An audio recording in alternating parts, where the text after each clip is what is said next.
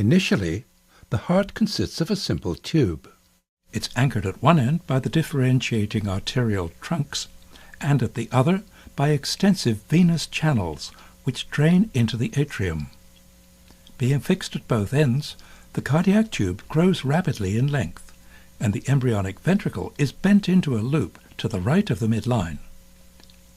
As development continues, the ventricular region swings back to the midline and expands and grows in length to cover the atrium and great veins.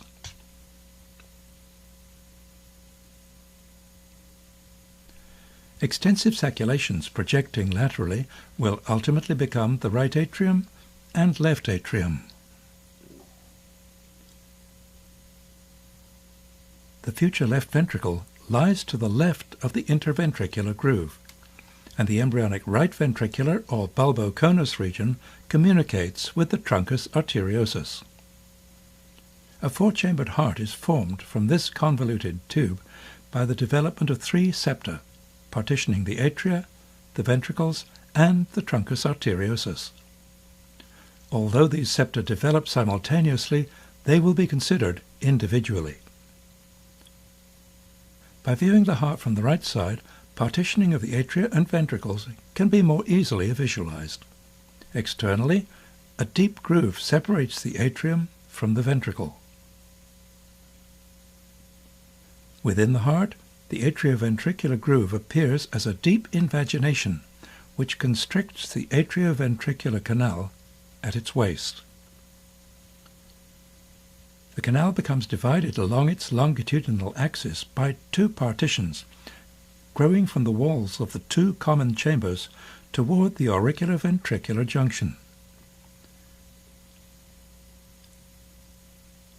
Endocardial cushions extend from opposite sides of the atrioventricular aperture and ultimately fuse into a column dividing the channel between the atrium and ventricle.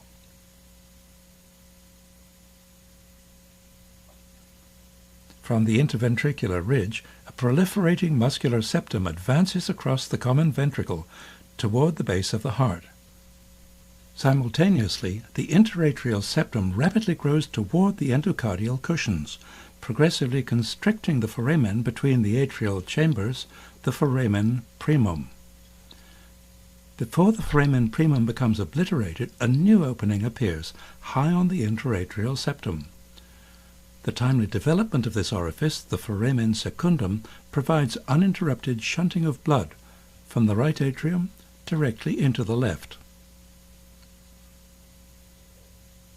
Another interatrial septum, the septum secundum, develops from a ridge just to the right of the septum primum and extends down like a curtain over the interatrial fenestration.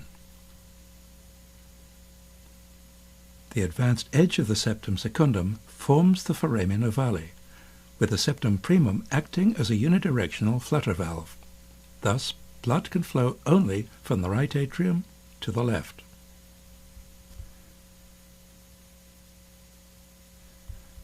To recapitulate, the common atrioventricular canal is partitioned by the simultaneous proliferation of the endocardial cushions, the muscular interventricular septum, and the interatrial septum.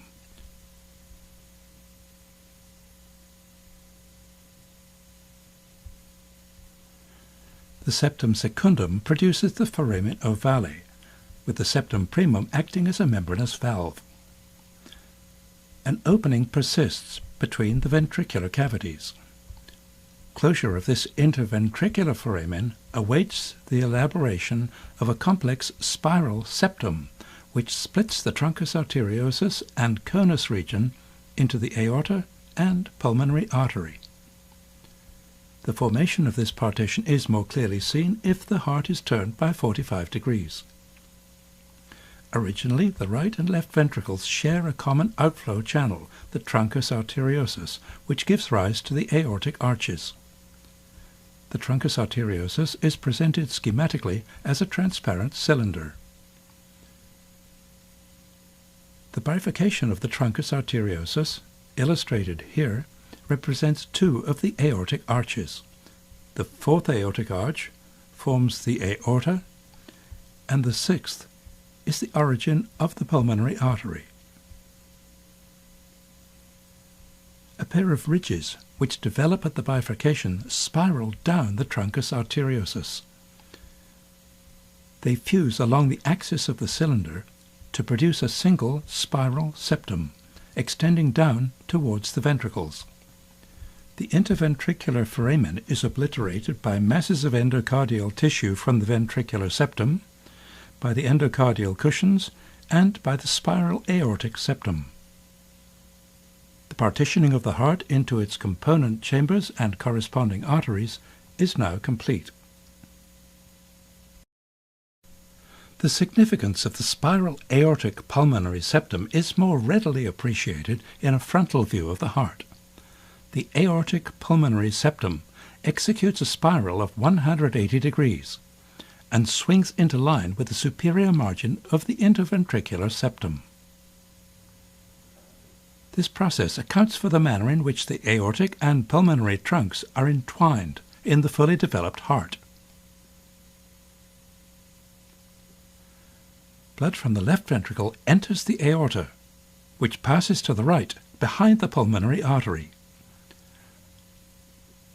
Blood from the right ventricle enters the pulmonary artery, which passes in front of the aorta, turning posteriorly on the left side of the mediastinum.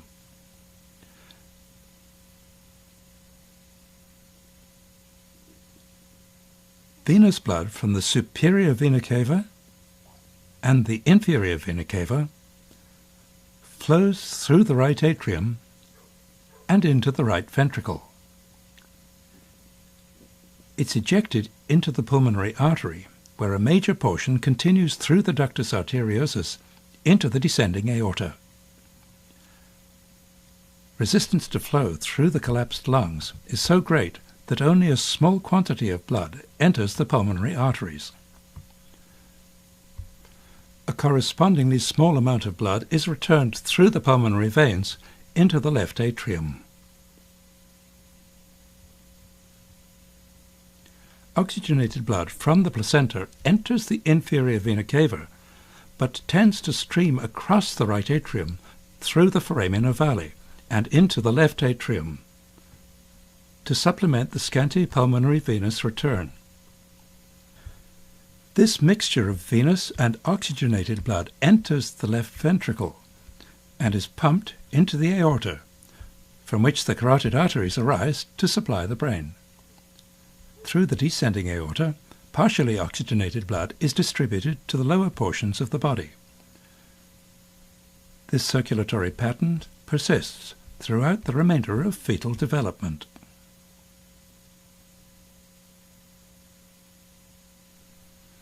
Within a very few minutes after delivery into the external world, the supply of oxygenated blood from the placenta is interrupted.